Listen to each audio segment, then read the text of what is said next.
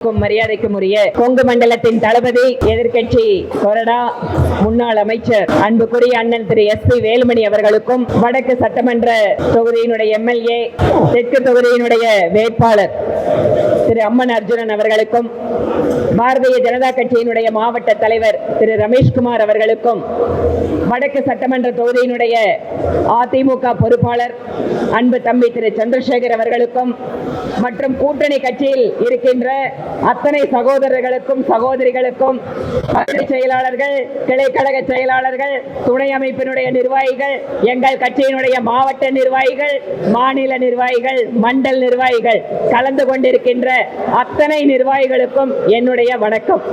மணி ஏற்கனவே 9:30 ஆகுது. தயவு செஞ்சு நான் யார் பேரையும் சொல்லலன்னு சொன்னீங்கன்னா நாம 10 மணிக்கு மேல ஆயிரம் சாப்பிட போகும். அதனால தயவு செஞ்சு எல்லாரையும் தனித்தனியா பேர் சொல்லலன்னு வருத்தப்படாதீங்க.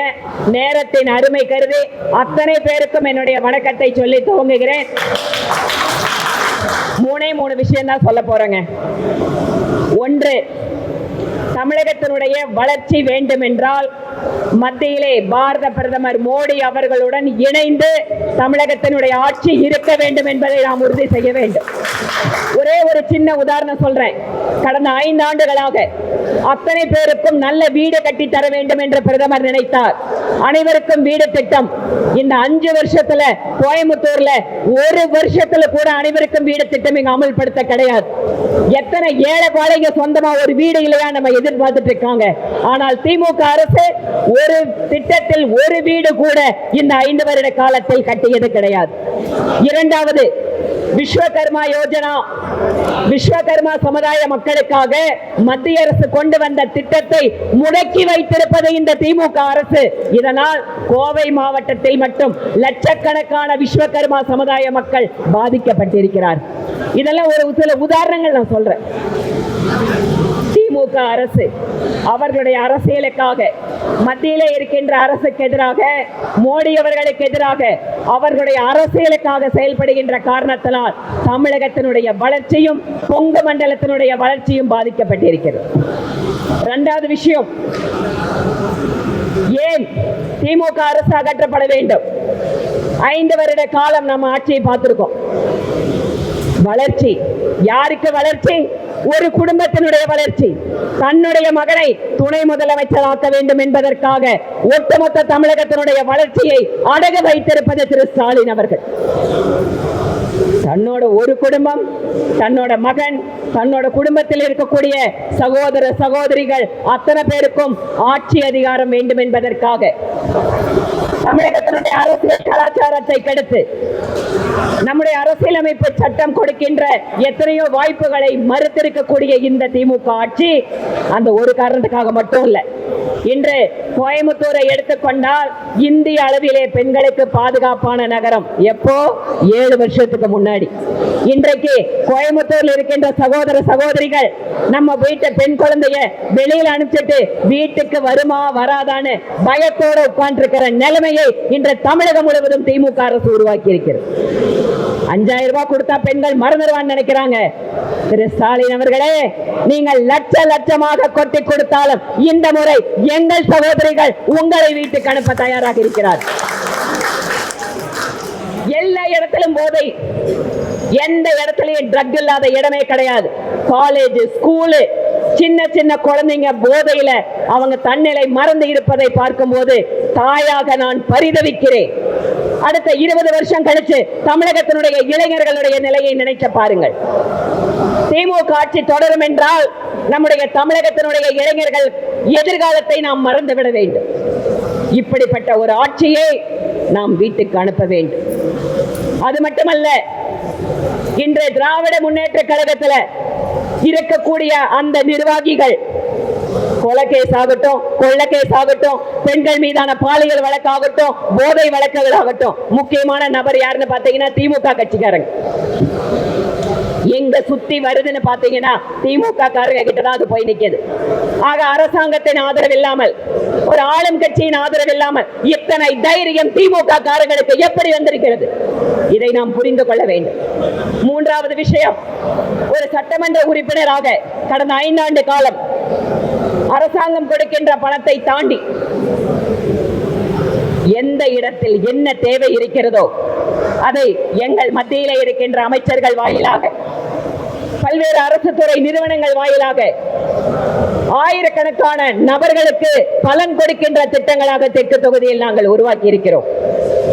அம்மன் அர்ஜுனன் அண்ணன் அவர்கள் தெற்கு தொகுதியை கடந்த முறை எங்களுக்காக விட்டுக் கொடுத்தார்.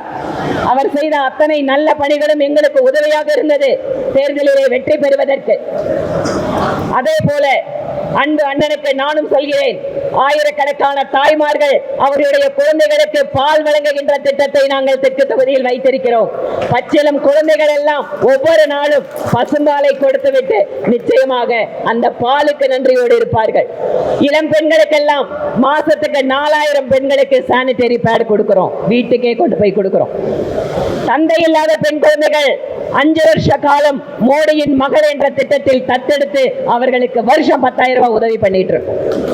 இன்னும் சொல்லிட்டே போலாங்க. 10க்கும் மேற்பட்ட திட்டங்கள் அரசாங்கத்தின் உதவி இல்லாமல் தெற்கு தொகுதி மக்களுக்காக நாங்கள் செய்து கொண்டிருக்கிறோம்.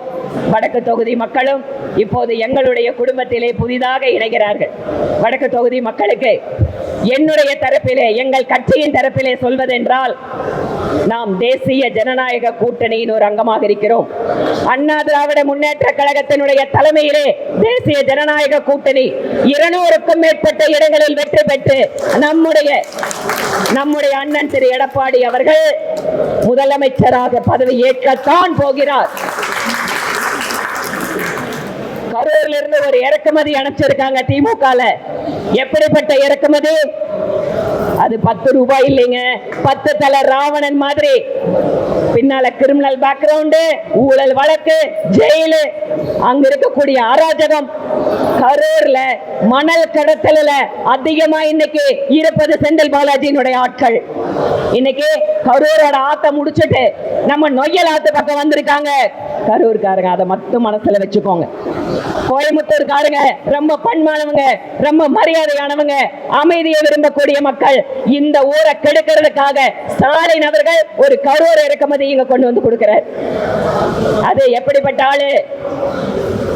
நம்பர் 1 ஊழல்வாதி, நம்பர் 1 கிரிமினல்.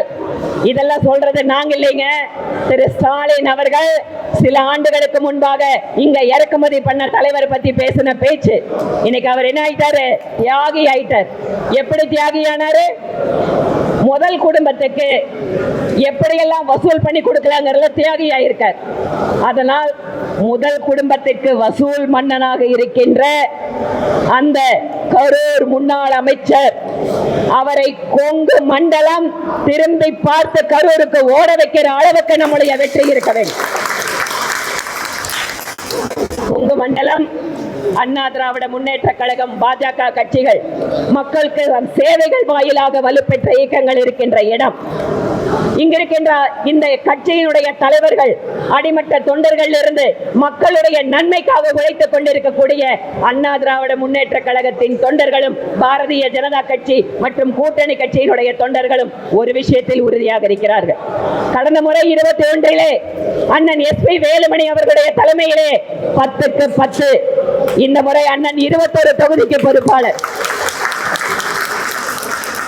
மக்கள் சேவகர், மக்களுக்கு எந்த நேரத்திலேயும் உதவி செய்யக்கூடிய மனம் படைத்தவர், யாராலும் எளிமையாக அணுகக்கூடிய ஒரு தலைவர்.